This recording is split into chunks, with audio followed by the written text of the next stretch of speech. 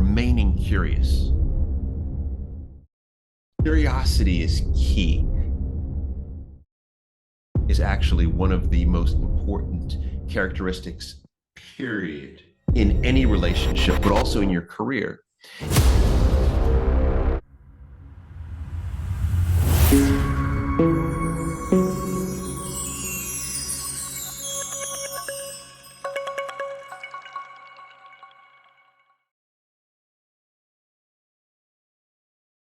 Hi, it's Rene Byrd, and I am so excited. I have an incredible gentleman on the line.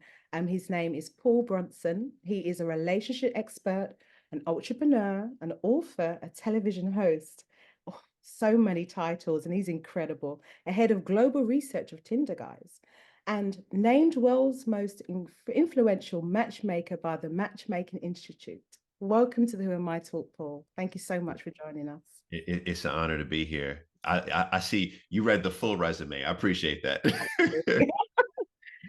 Thank you so much. I have been following your journey from the States, all the things that you've done, and I'm extremely inspired by who you are as a man, your family, your wife, Jill, your children, and just to see what is possible in life. And that's what you bring to me, the possibility. Wow. Yeah, Wow. Wow. yeah. I deeply appreciate that. When we were in the States, Jill and I started a matchmaking agency. And what was interesting about that is that everyone thought it was about matching someone with their forever partner, but it really was about creating hope. And I think that became our message. And that's something that we try to carry through is to be hopeful.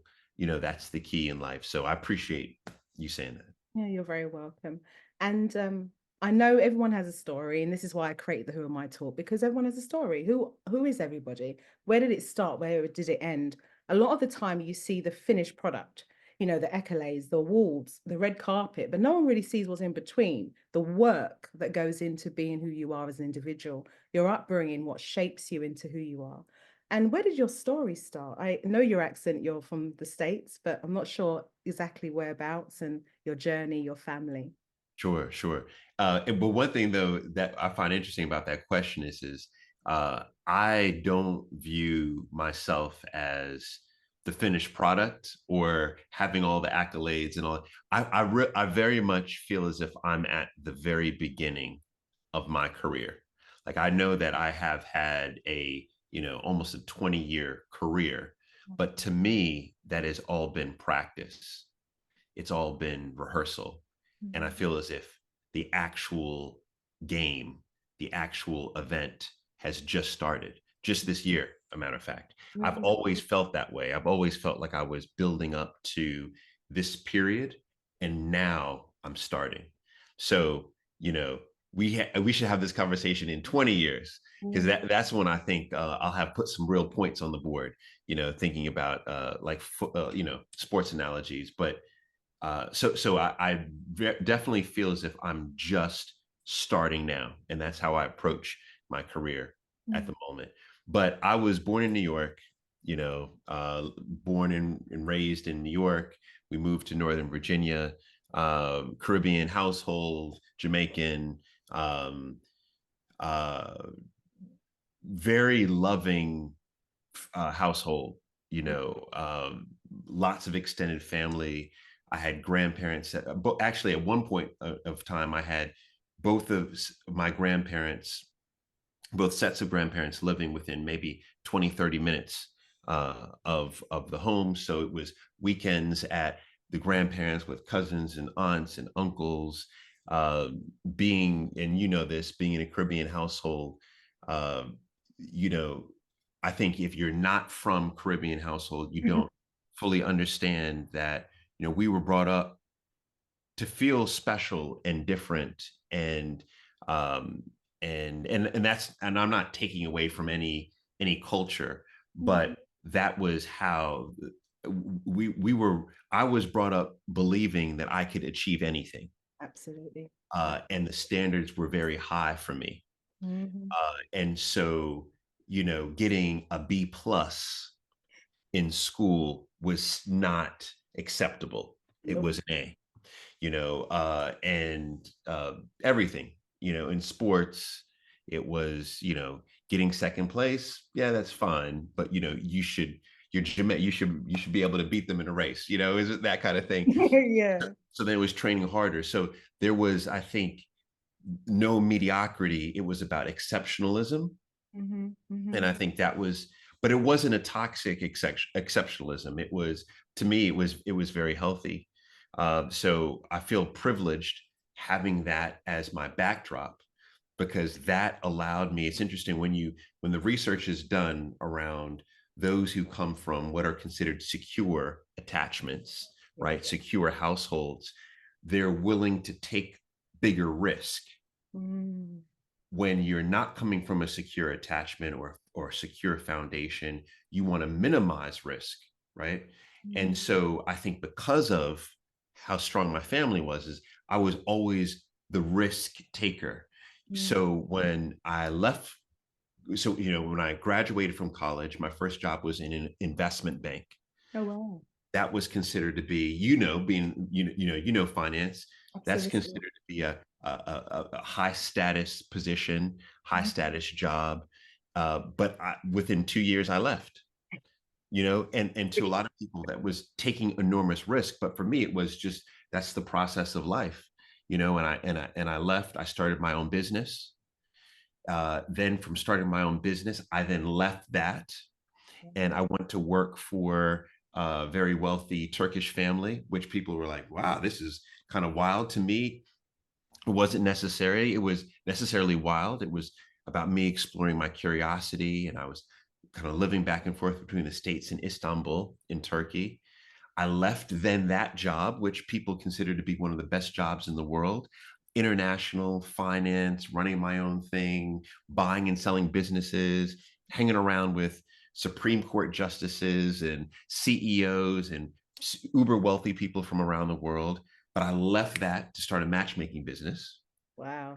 People like super high risk, but I thought, well, it's then from matchmaking business went to work for Oprah as a result of the matchmaking business. So I think my life has been about taking risk. It's been calculated, but it's taking a risk. And I feel like that's what I'm doing now. Like, I'm Mm. in the UK. I moved from the US to the UK. That in itself is a big risk, Yeah. jump, leap. Uh, but I owe my willingness to do that, my tolerance around risk taking, to my family and how I grew up. No, I can definitely relate coming from Jamaican heritage. There's no such thing as can't. I used to hear that all the time. There was also a religious element to my upbringing in the sense of trusting in the Lord and having Yes. faith. So that leap of faith is what you're always kind of like, okay, how do I get there? But let's figure it out and let's just do it. Get it Yes. done and then figure out after. It's better you do it than not do it. So I can totally relate to that. And just the collective that I've been grown up with, a very loving family, loads of food, loads of love, loads of laughter, and all those things. You don't realize how that's framing you and building you into the woman and the person that you are.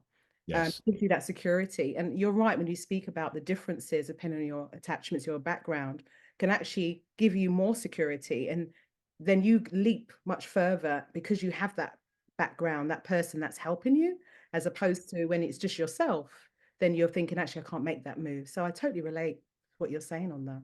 Yeah. Yeah. Yeah. And then just the fact, all the different businesses. So we're going to talk about Oprah in a minute because that's incredible. Investment banking, oh my goodness, cutthroat, don't care about. There's no soul in that industry. That's what I felt. Yeah. It's like let's run towards the bonuses, let's run towards, and whoever gets hurt doesn't care. That's what I felt.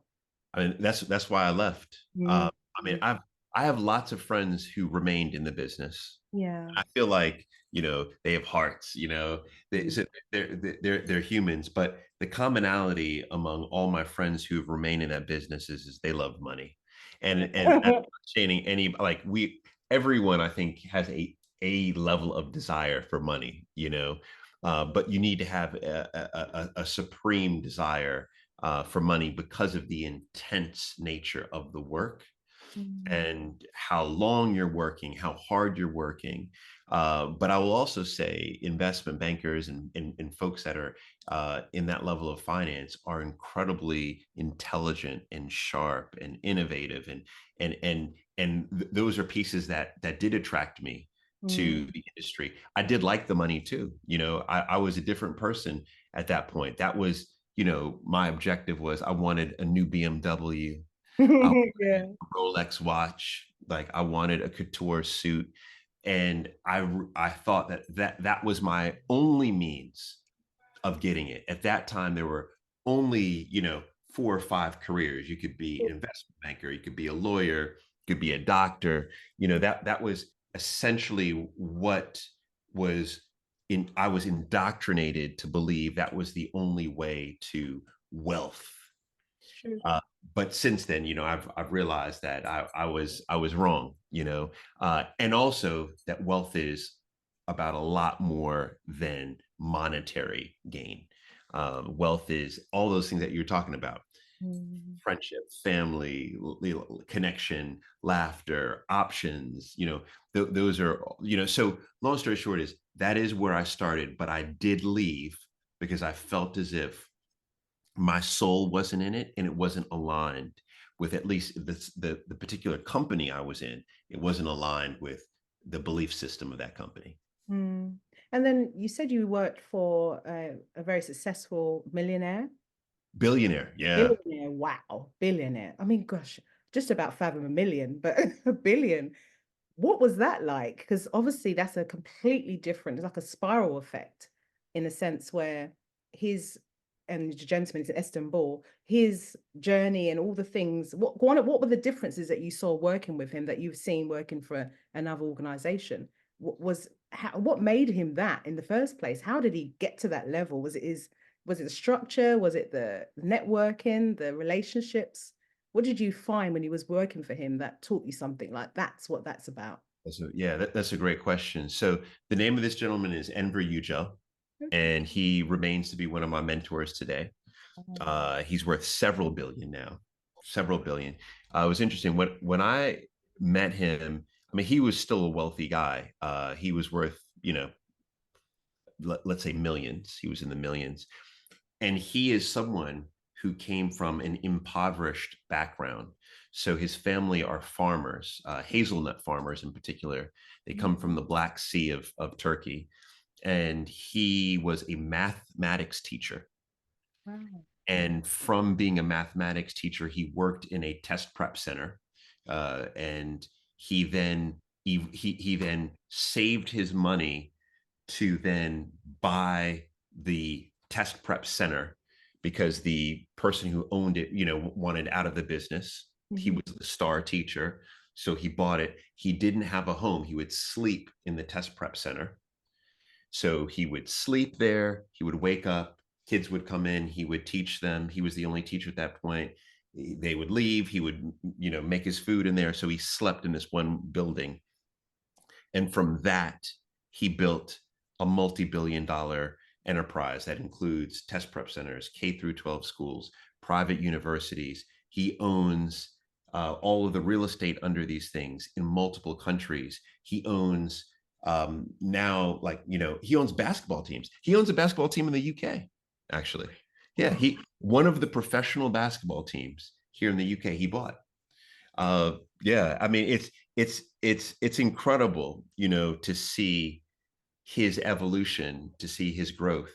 Mm. Now, how he did it, I mean, I actually was tracking. I wrote a piece that became viral, like in, I don't know, it was right around 2015, 2016, called 20 Things I Learned Working for Two Billionaires, because I would journal everything I saw Enver Yücel do. And then after leaving Enver Yücel, I got a job working for Oprah Winfrey, who is another billionaire. Yeah. And here were two billionaires, right? So they belong to this exceptional club. At that time, there's only about 1,500 billionaires in the world out of, at that time, maybe 7.5 billion people. And here they were at this elite status, but yet they were entirely different. Mm. You know, one was a Christian, one was a Muslim, one's a woman, one's a man, one's from the United States, one's from Turkey, one is from a collectivist society, one's from an individualistic society. Like one is married, one is not, one has kids, one is not. Like all Yeah. of these differences, but yet they had the same habits. And Okay. that was what I took away from Enver and even from Oprah is these habits. And so, for example, some of the habits is never eat alone. What I noticed about them is, you know, in the morning, in the afternoon, you know, they're working, they're eating whenever, you know, but in the evenings, typically most evenings, they would surround themselves with Mm. people who had different ideas, different philosophies, different uh, careers, you know, different jobs, different lifestyles. And they would sit around these massive tables. I'm talking about 8, 10, 12, 20 people. And they would sit and they would engage in dialogue. But what they were doing is they were learning. It Okay. was discourse, it was debate, they were learning, and that I found to be fascinating. They were also developing their network. They were building their network by convening all of these people and having the people to interact with each other as well. So Mm. that's something that I took, and I started hosting brunches that I still host to this day, where every quarter I'll have a brunch. I'll invite 20 people to the brunch, and that's my version of never eating alone. So there were multiple lessons like this. You know, another one was remaining curious. Mm. Curiosity is key. It's something that I've written about in my new book because I think we oftentimes say confidence is what is sexy. Confidence is, that's the more important characteristic. But I argue that curiosity is actually one of the most important characteristics, period, in any Mhm. relationship, but also in your career. And they remain curious. And what curiosity does is it helps you to gain understanding, it helps you to gain why, it helps you to gain the how so that you can change the result. Because that's ultimately what a billionaire or a multimillionaire or someone who's successful in their career is, that they are creating, they're innovating, right? Mhm. And they're changing the result of things based on their innovation. So they were enormously curious about everything.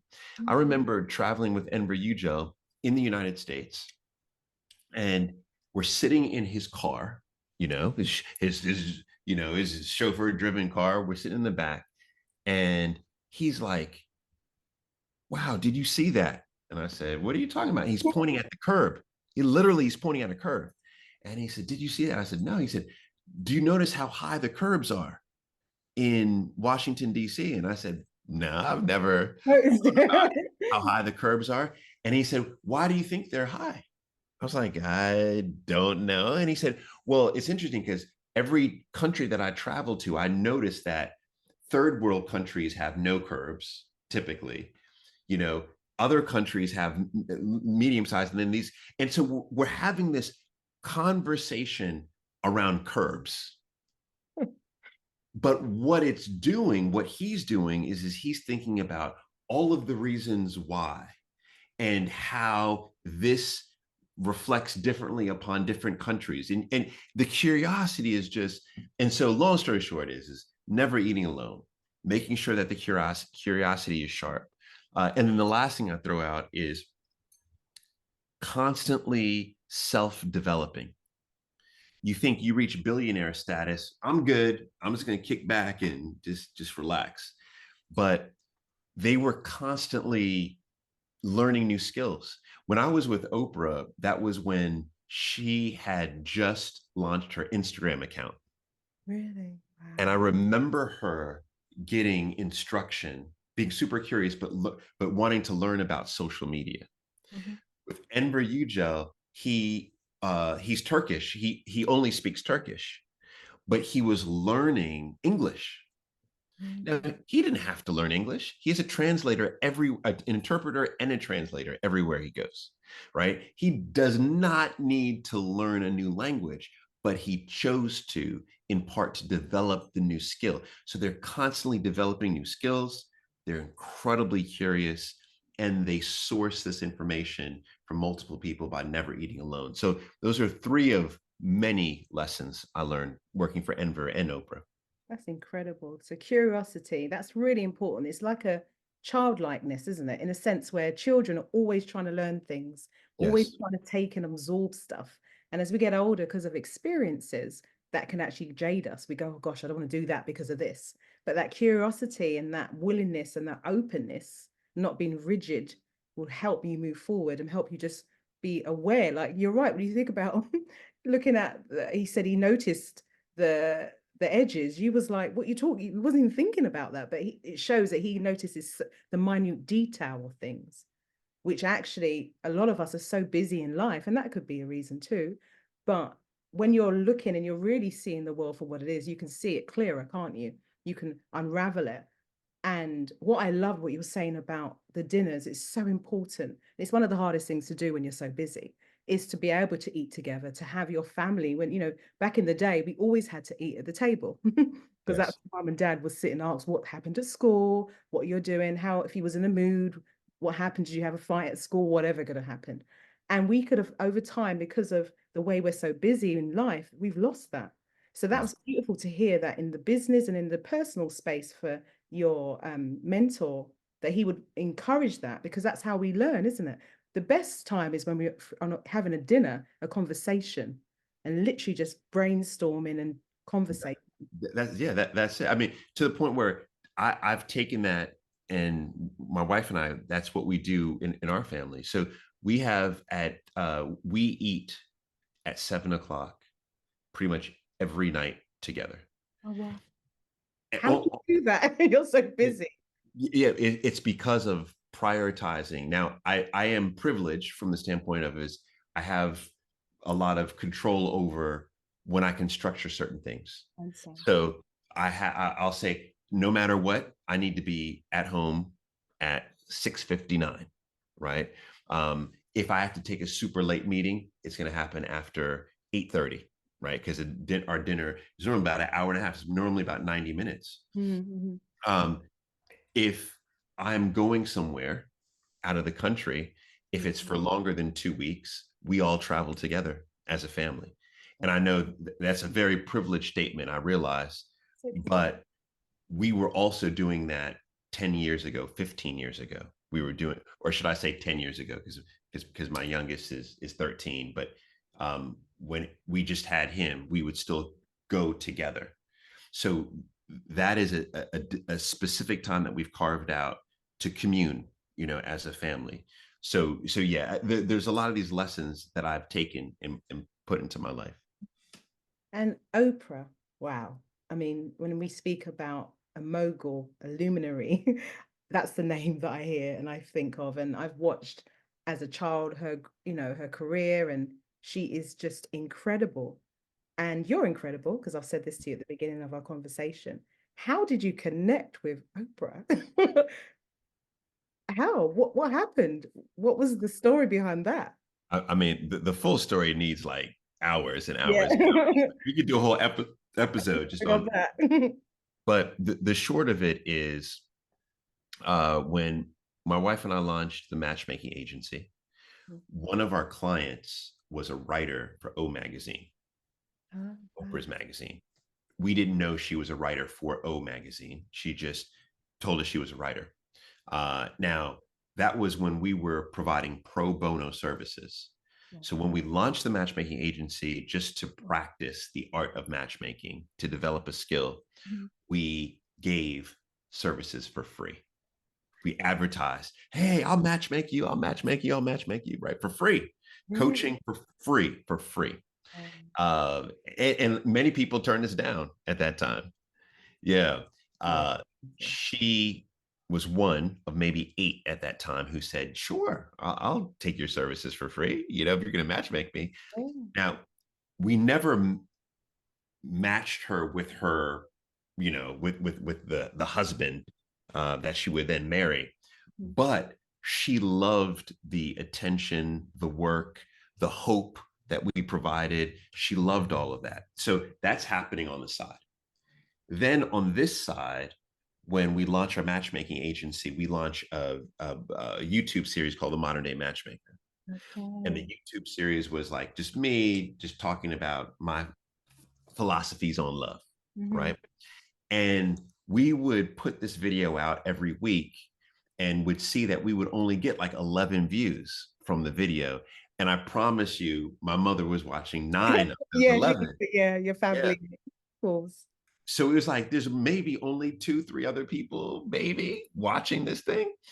And it turns out that Oprah was one of the people watching the video. Now, everyone says, how did Oprah find you? How did blah, blah, blah, blah? Well, she found me because this, going back to this story, this woman who was our client, she was on Oprah's jet one day, Like you are.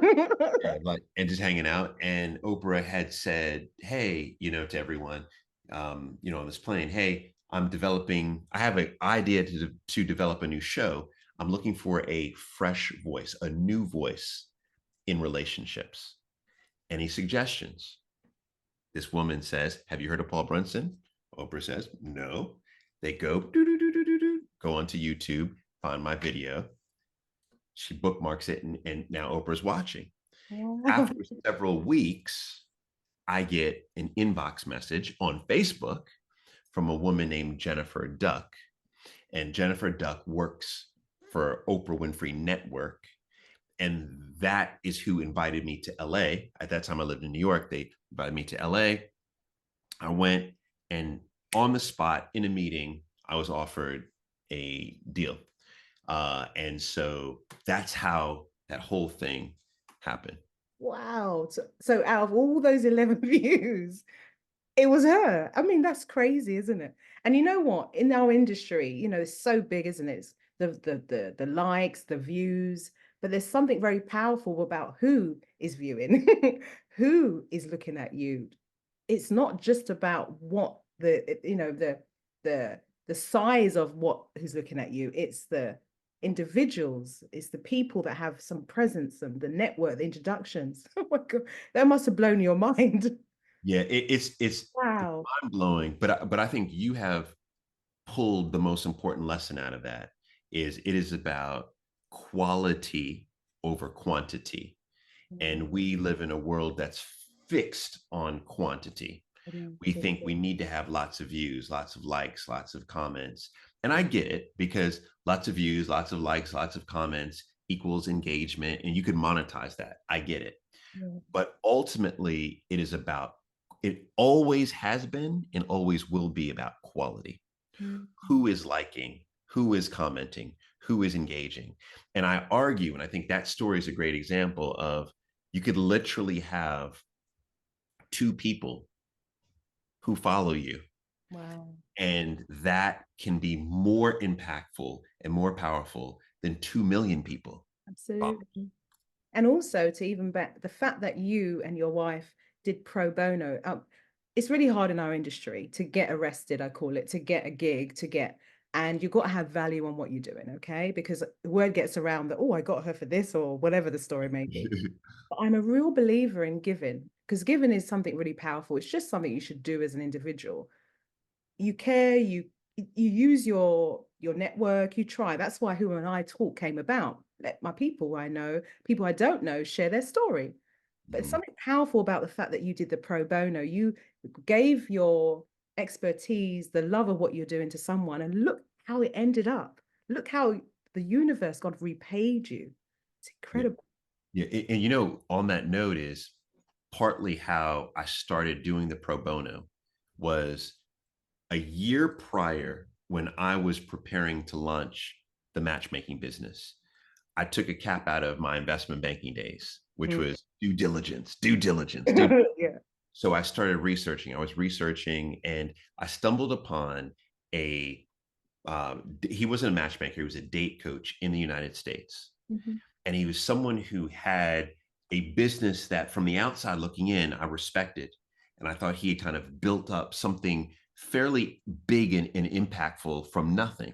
Mm. So I messaged him, and I was like, hey, can I get just 20 minutes of your time? I have a few questions. I'm interested in this space, et cetera, et cetera.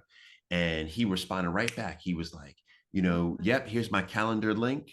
Just book a time with me. And I was like, oh, this is great.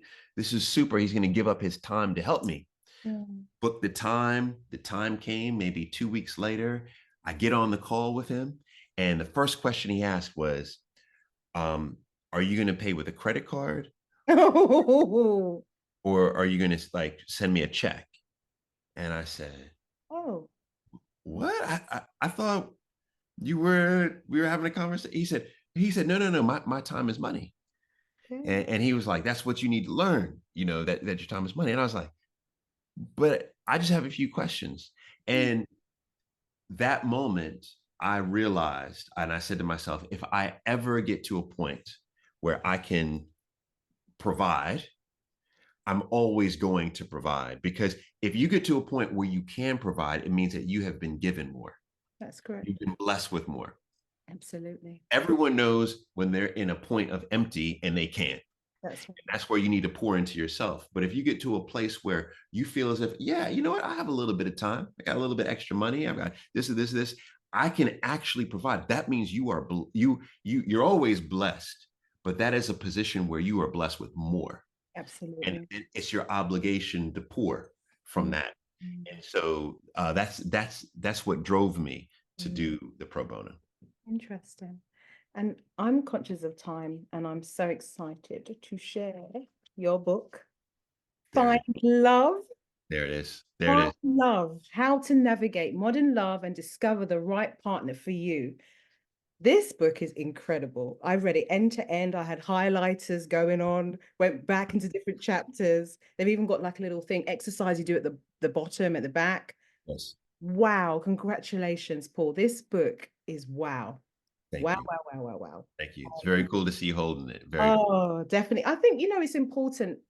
A lot of people, you got to invest in yourself. And this is an investment for me, but also it's an acknowledgement of you, Paul, to say, look, this is what you've done. You spent time. How long did it take to put this all together? People have no idea of that. Yeah, honestly, that is 10 years of thought. See? Like, it's 10 years of thought. Maybe a year of writing, but 10 years of thought.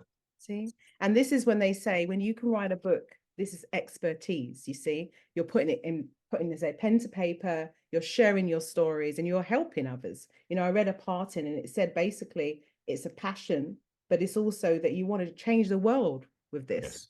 Yes. Yeah, already you changed me because I thought I knew everything. Literally. I actually don't. um, not a thing. It kind of unraveled a lot. It's really interesting. I want to also give it to my other half to read, and then Yeah. we're going to discuss it. That's how you do it. That's therapy in itself. Do you know what I mean? I've got so many questions, but I don't want to give away too much about the book because I think people need to go and get it. But there's so many things you said in the book, like taking a village. This Yes. goes back to when you spoke about your family upbringing. What does that mean? You hear that word spoken about a lot. It takes a village. Explain Yeah. that to me. It's a very important concept that we're losing, especially in the West. We're losing this. We have to understand that we were we are social creatures, right? We were born and bred hundreds of thousands of years ago, or millions, depending on who you're talking to, Yeah. as a social group, as a clan. Essentially, that's how we moved. We Mm. supported each other that way. Now, what's happened in the West in particular is we've become focused on individualism Mm. and self.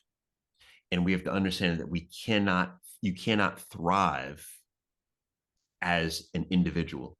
You cannot, you always need others. And the closer the others, the more, really, it's the more emotional intimacy, the stronger the relationship, the stronger you will be. And Mm. that accounts for everything, our well-being, that accounts for our career, but also accounts for our love life. Mm. That's one of the reasons why there's a study that I include in the book around how arranged marriages have higher satisfaction rates than non-arranged marriages. Interesting, isn't it? And actually, I just spoke with a woman today. Just spoke with a woman today whose mother, so she's from a culture of arranged marriages. Mhm. All of her aunts and uncles, she's got like 8 aunts and uncles, all of them arranged marriages. Her mother chose not to opt out of, chose to opt out, Oh, wow. not have an arranged marriage. Her mother is the only one of her brothers and sisters who's divorced. The brothers and sisters, all, what the woman said is she thinks they all are madly in love with each other and they were all arranged. Interesting. And you think, why is that? Well, one reason could be, and what the research tells us, is that when you have a village of people who love and respect you and see you and know your faults, Mhm. know your, know your blessings, they are better equipped to make a decision on your behalf. Because when we make decisions, typically we're making a decision with some type of bias. Yeah. And especially when we enter a relationship early on, a lot of us go into what's called a state of limerence, which means that we become infatuated and blinded by how sexy they are, and blinded by their sounds, and blinded by all these things. And we're not able to see the red flags. We're not able to see down the road. Whereas a group of aunts, uncles, brothers, sisters, friends, all Mm. seated in a room together, debating out, is this person good for Rene? Is this Rene? Like, debating it out could be more beneficial. And the research shows that it is.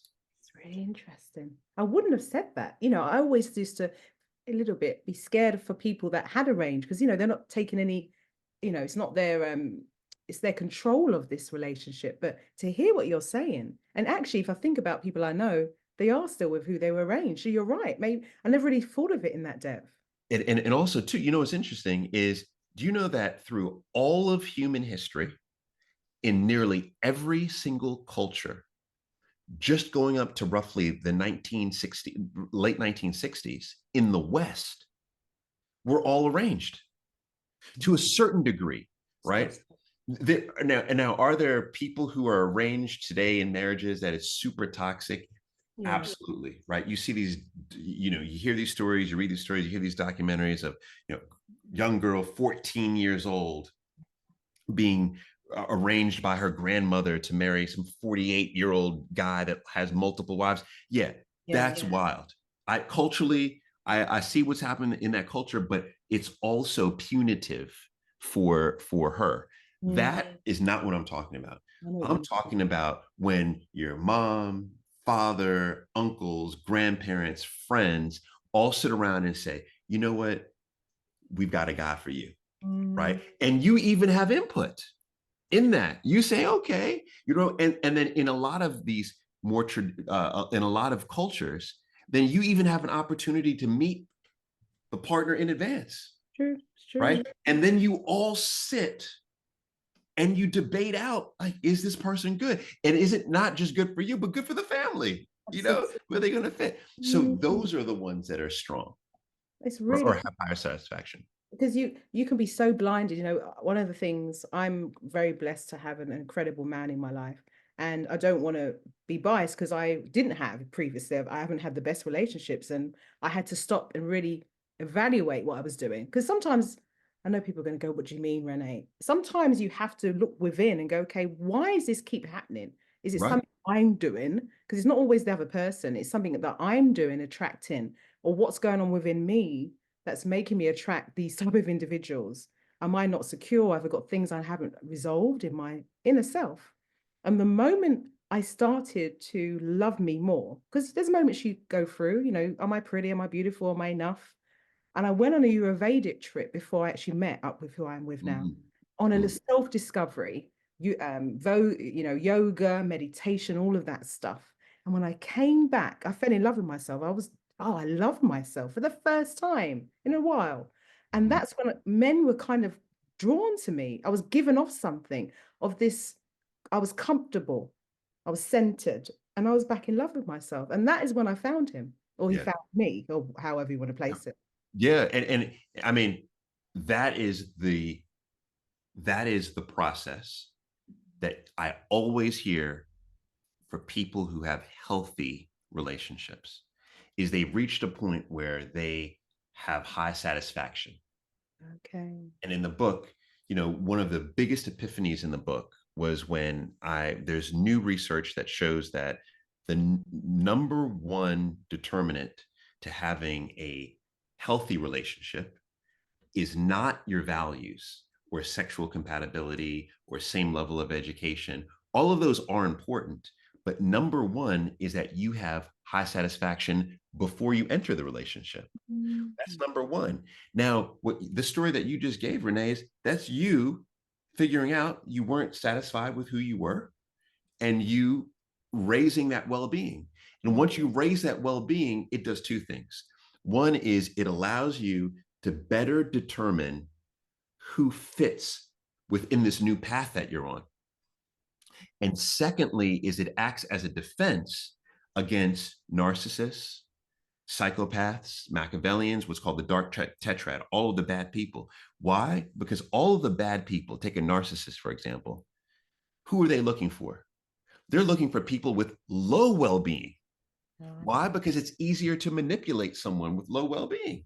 It's Mhm. very easy, right? But if Mhm. you have high satisfaction, you can't be manipulated. No, you You just cannot be. mm, So this is the reason why well-being is so critical in entering a strong relationship. And in the book, I mean, I have chapters on identifying trauma, identifying, attachment style. But yeah. then most important out of all that is how do you identify what your state of well-being is and how do you increase that?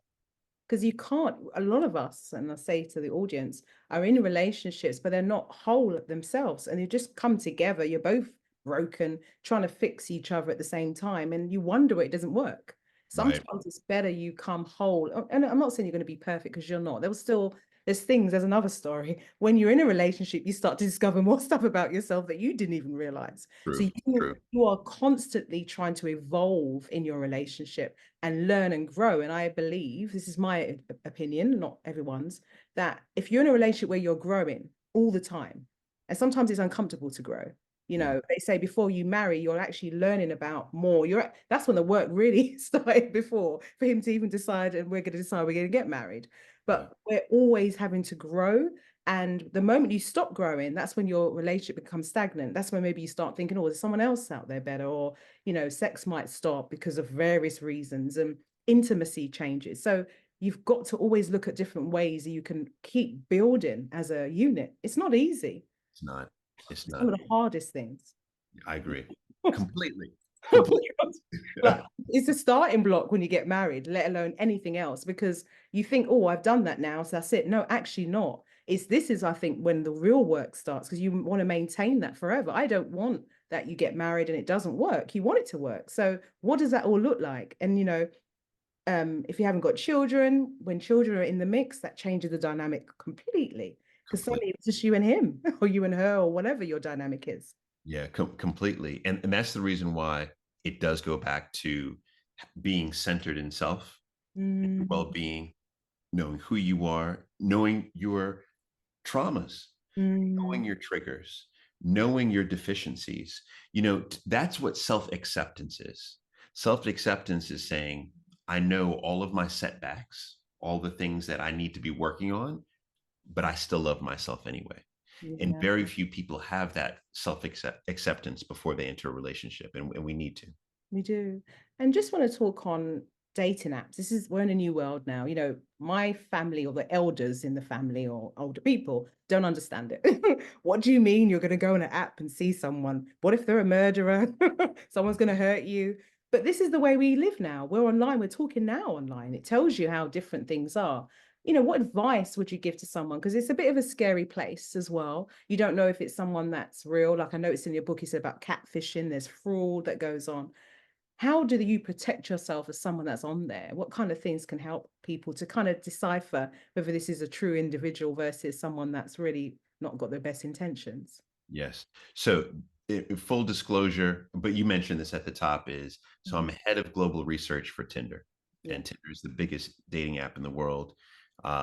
Almost been downloaded a billion times Wow. now. So I see data from all around the world. Now, one thing I will say based on the data, based on all the information, is that it is technically more dangerous to date, to meet someone off of a dating app than on a dating app. Wow. Most of the dating apps.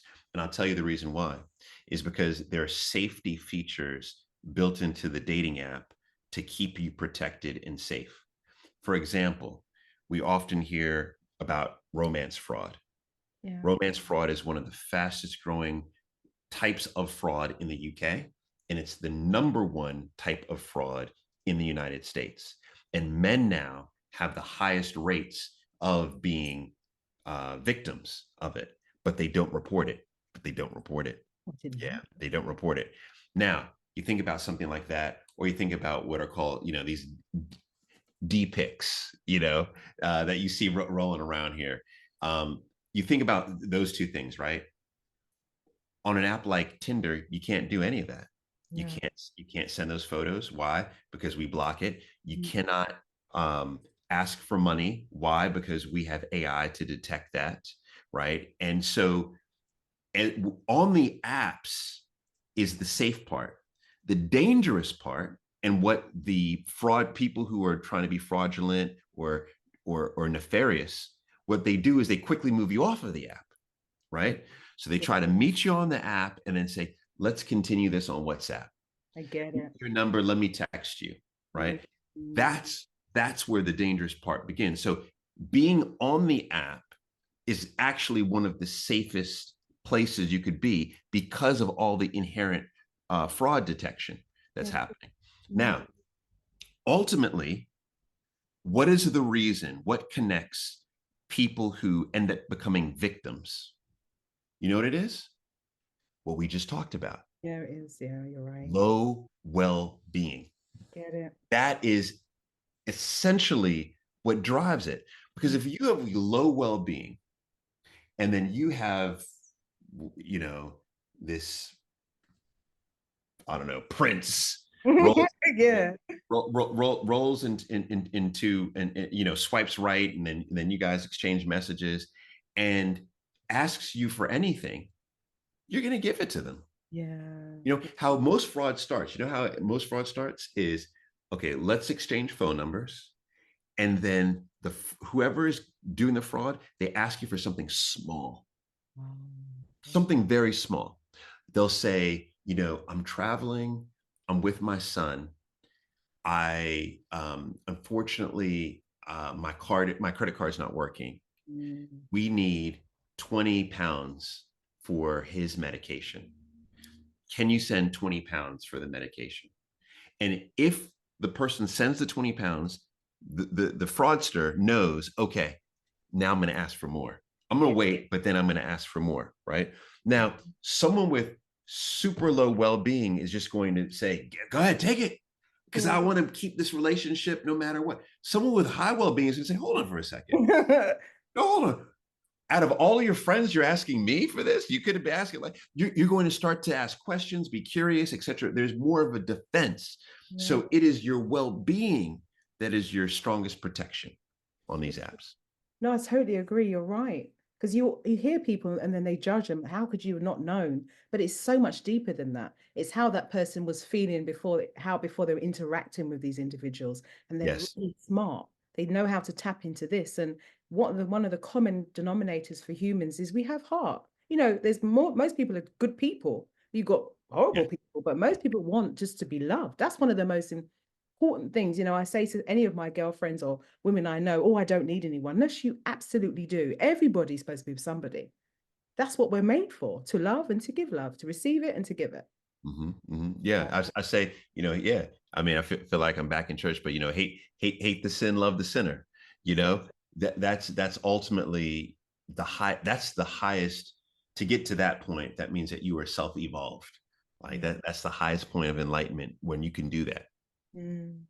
And you've been doing so many things from Married at First Sight. I watched it. Wow, it was brilliant. Like it was one of those programs that I did not want to wait until the next episode. I would watch it on stream because it was fiery. Like especially when you had all of them eating in the dinners.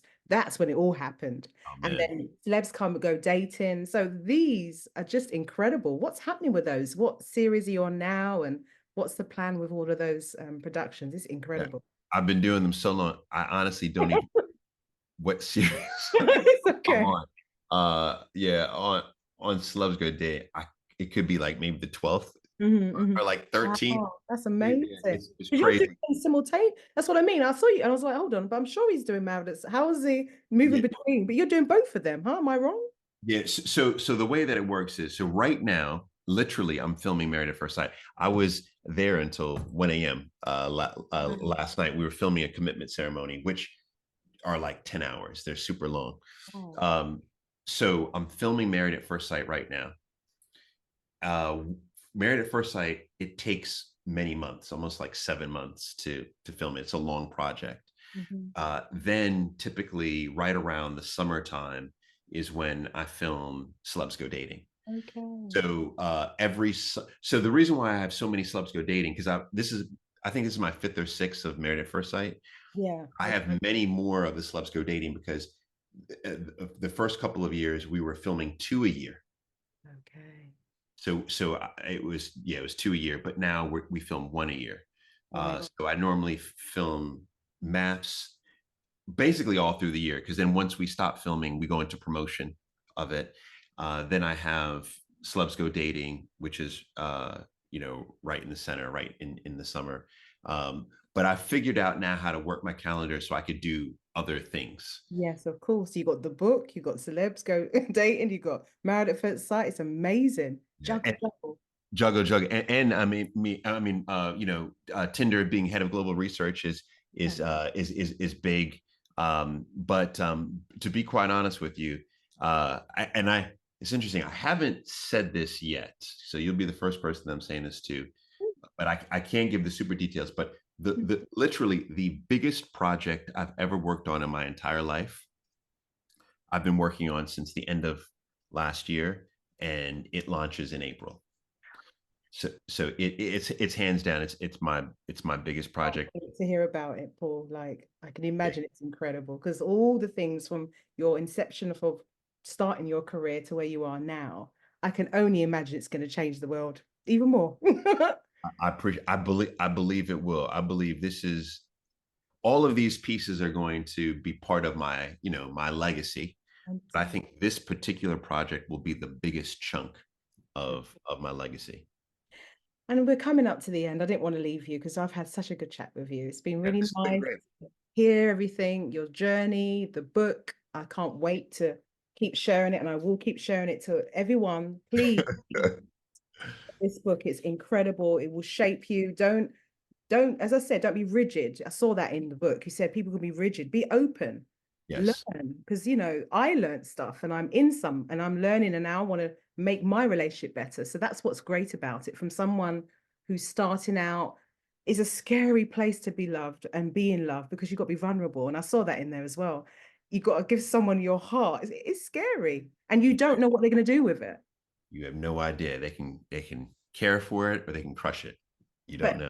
but this is what did my mum used to say to me? It's better to have loved than to have lost and not to have loved at all. Oh yeah. And Oh, I totally get that. And it's absolutely. scary, but it's better to have done it because you gave it your best and you learn from so many of your experiences that you can share. And what you've done, you've shared for people to be able to grow from it. I've heard obviously what you're doing in April, so I can't wait to hear about that. I always leave it with what were your nuggets of success? What could you give to someone to say to someone listening who wants to take that plunge? You've done so many different incredible things, but what would you say, like three or four nuggets of success to really embark on and take that plunge? Because some people are scared to make those steps. Sure, sure. So, I mean, one that comes top of mind, and it's in the book, but I talk about you could apply this to all aspects of life. Is this thing I call the premium effect? This notion of when you can put yourself in a place where you are considered different, Mm. you have a premium placed on you. But we don't we're not instructed to think that, but that is it. So my example is that you know I am a black man from the United States of America. I now live in the UK, Mm. okay, where the Black population is much smaller here than in the United States. You can argue that because of the civil rights movement, there's more upward progression for Black people in the United States than there is in the UK. Yeah. You can argue that from television, there's a higher percentage of Black people on television in the United States than there is in the UK. Like you could put a very strong argument to say that I should never move here. I should never I can have imagine been here. people would have said, "What are you doing, Paul?" But you, Oh man, mm, people all in my DMs like, Paul, leave. Like, what are you doing? Like, this is crazy. don't do it.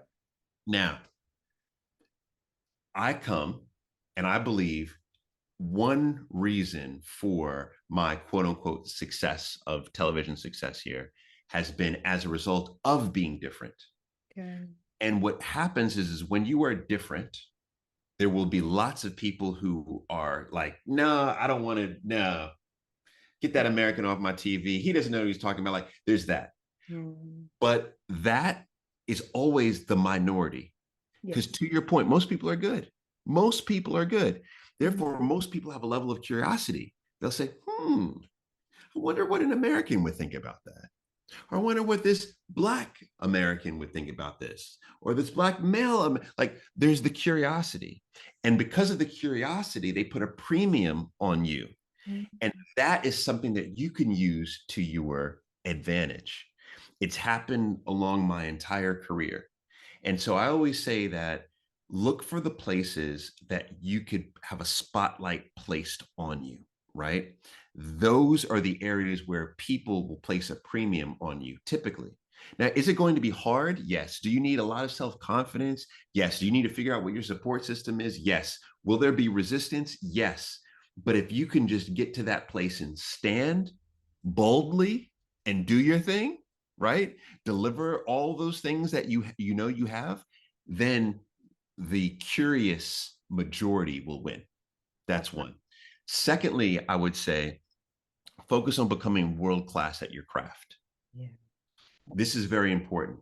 It's not like I just landed on TV here. I have been studying the topic of relationship science for 15 years. Mm, And this is going to sound egotistical, but if you lined up everyone around the world who has who has a background in relationship science, I am probably going to be at the in the upper the upper group in terms of who not only understands what's happening, but understands how to deliver it in a yes. bite-sized, digestible way. Yeah. And that has been my focus. A lot of people say, okay, Paul, like, what have you really studied? What has been the common thread amongst all of my careers from investment banking all the way through to today has been my focus on how to do the research and take complicated concepts and break them down into bite-sized, easily digestible pieces and feed them. Mm, That's been what I've focused on.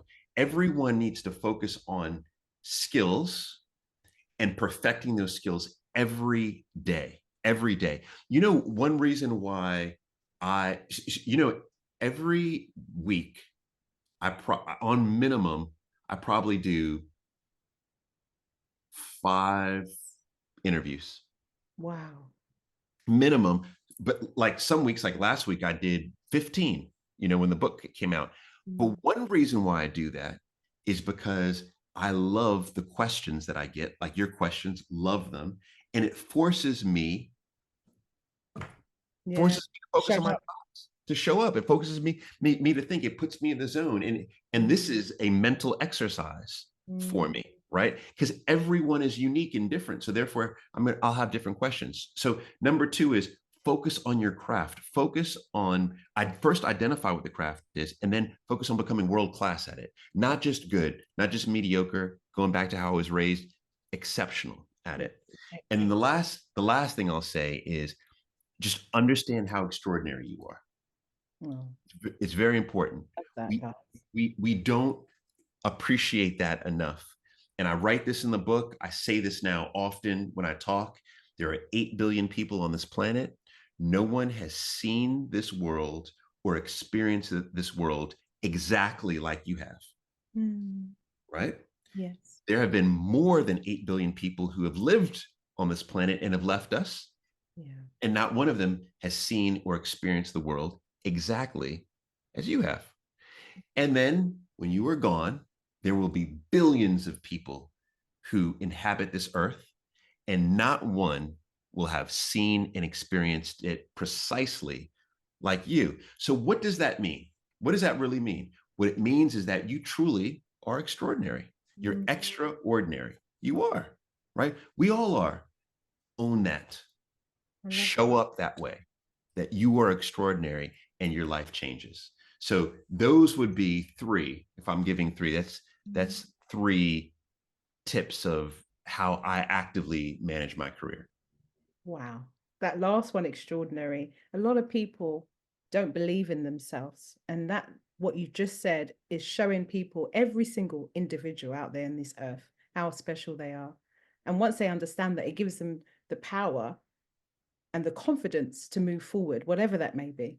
And I think Mm, that's incredible what you just said. yeah. Thank you. Thank Thank you. you. Wow, you're incredible, Paul. Thank you so, so, so, so much for joining me on the Who Am I Talk. I know my audience is going to got so many gems and they are going to go out, if you are, to get signed up.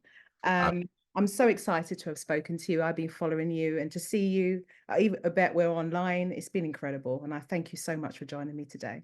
yeah, this has been a blessing. I appreciate, all the support through the years. So I well, appreciate what you do. thank I you. appreciate what you stand for, and I appreciate your time. So thank you. Thank you very much. Thank you.